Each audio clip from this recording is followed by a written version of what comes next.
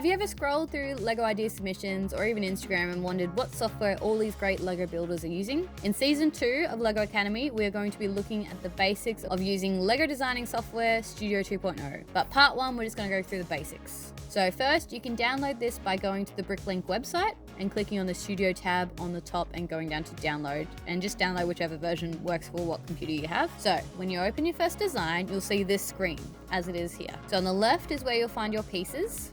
It's like the brick catalog. Along the top are all your tools, and on the right is your model parts, so the pieces you've added to your mock, and the steps. Now, I will tell you from the start, all the shortcuts that I'm going to tell you are going to be for a Windows setup. I'm sure you can just Google what the Apple equivalent is if anything doesn't work and it's different. But let's start with the basics. So obviously, if you want to zoom in, you roll your mouse wheel. To move your model in a linear way, either like horizontally or vertically, hold down Shift and drag your model. That's how you kind of reposition it. If you want to change the angle or perspective that you're looking at your angle, so like from below or above or like on an angle, hold down Control and then drag your model to whatever angle or perspective you need. If you need to reset your viewpoint because it's gone too cattywampus, in the left corner of your model window is this little camera icon. Click on it and you'll find the camera viewpoint shortcuts. So the first two will turn your model to the front or back. The next two will turn your model to the left and to the right. And the last two will change your perspective to directly above or directly below. If they aren't working, it might be because you have this lock symbol on. Now, I would say to start with, if you're getting used to this system, put like a brick when you first start at the front of that little like transparent base plate they give you, just so that you know what orientation is the front. The reason I say this, it could affect you when you go to render because some of the render settings are direction based. It's not a huge thing. If you're getting used to it, it might be a good idea. So like I said before, on the left is your brick library. So in the top window is where you'll find all your categories of bricks. So you don't have to scroll through every single piece that has ever existed. You can jump to base plates, for instance, or minifig accessories without having to scroll through everything. And there are two ways that you can use the software to sort the bricks. So you can either use the shape system, which is what it will default to, or you can use the BL categories, which obviously stands for Bricklink, because there are some discrepancies between LEGO Store and Bricklink Store on how they organize their pieces and even label the pieces, to be honest. So it's just a preference thing there. I generally just always use the shape system. I've never really switched over to BL categories, but that is there as an option. Now, if you know the name or the number for a piece, you can really speed up your build without having to sift through all the different types of modified plates, for example. You can also generally search for like, say, 1x2 if you don't know the exact name of a piece, and that will cut down what you have to sift through. When you start your mock, all of your builds will start as white. So automatically, if you drag a piece over, it will be a white piece. This box here, next to your search bar, is how you automatically change any additional bricks you add. You can also hit this box here and hide unavailable parts in the selected color. So if you are wanting to specifically design something that you are going to physically build and you're not submitting it to like LEGO Ideas or just to Instagram or whatever, it will show you only what's an existing piece in that color already. Because there's nothing worse than like thinking you figured out this design and then you go to buy the pieces and realize LEGO doesn't make that piece in that color. You can also turn off this hatch icon and it won't show decorated pieces. This is handy for when you are building your structures or some foundations, because some pieces aren't obvious it's a decorated piece.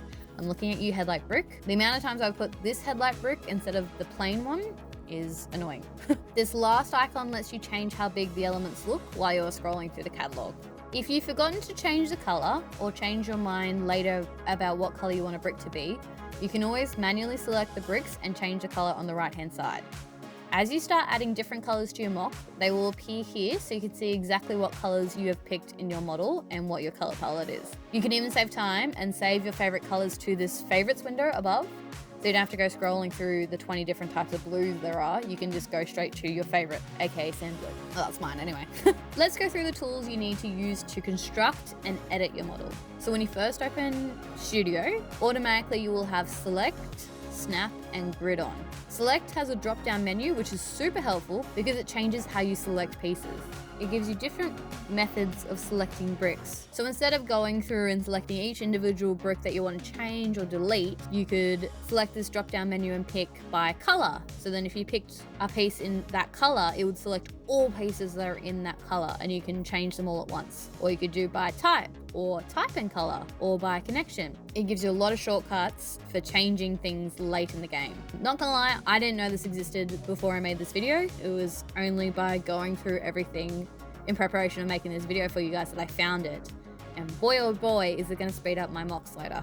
Another great feature is, say you've built some basic foundations for your build, but now you want to jazz it up. You can select the brick and select replace, and it will suggest a whole range of pieces that you can swap that 1x4 brick with, for example, that are the same size. So that's a great tool, particularly if you're building something and want to get some MPU in. So like not use a basic brick, you know, use some bizarre element. It should show you most of the elements that would fit in the same dimensions. Another great tool is the clone tool, where you can duplicate an entire build section or brick type. This is particularly useful if you're building a modular and you've just figured out how you want to build a window. Instead of having to painstakingly do the whole process again, you can select the build and just clone it and automatically put it on your modular. So great tool. So snap is another tool that will automatically be on.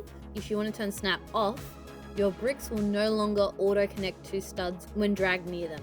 Another option if you don't want to use snap is you can use connect and draw a line from one stud to another. It will automatically connect the builds if it is able to. I've never used this feature, to be honest, but it is there, just letting you know. If you've placed a brick in the wrong orientation or position, you can click move or use the shortcut T, which is very important. That one you want to remember. And these 3 little arrows will appear on the brick, and you can use your arrow keys to precisely move a piece to where you want it to be. You can also physically like click your mouse on the arrows and do it that way, but I much prefer using my arrow keys on my keyboard because it's a lot more precise. Be aware that this is camera relative, so you might need to rotate your camera to be able to move it to where you want, particularly when you start putting stuff on angles. It gets a bit trickier to maneuver stuff, so just remember it's camera relative. And speaking of angles, if you want a piece at an angle, you can click hinge or use this shortcut R for rotate, and you will get these 3 arrows. And again, you can rotate your piece however you want, using these 3 axis arrows to spin it however you need. Now, if it's a piece that's designed for flexibility, and by that I mean like hinge plates and like plates with clips, for example, you will have a different icon appear when you select that element, this little one here. That's how you rotate an element that's connected to an element. So depending on the complexity of the connection, there could be a couple of elements that you can rotate. When you do get to this screen, obviously all the other bricks are silhouetted, so you're focused on just rotating the flexible elements. When you're done and you've got the angle that you like, you click down here, return to model, and it will take you back to the model like normal. And what's great is that any parts that are attached to the element, the software recognizes them as part of it and should rotate all of them together. This doesn't always happen, but usually it recognizes it as one piece and will let you rotate everything together. Now, collision is an important tool you'll need to use if you want to create your own mocks to sell, because it will flag for you if bricks are cutting into each other or like won't connect properly. The affected bricks will turn translucent to indicate there is a problem. I don't have this feature on all the time. I only turn it on when I'm like building something. I'm like, ooh, will that connect? Have a quick check, cool, all right, it's fine. You can also turn on stability, which will let you know if there are any structural issues. Like if there's a weak connection point or there's too much weight on something, it will flag and color things different levels of issue. So this feature isn't going to catch all stability issues.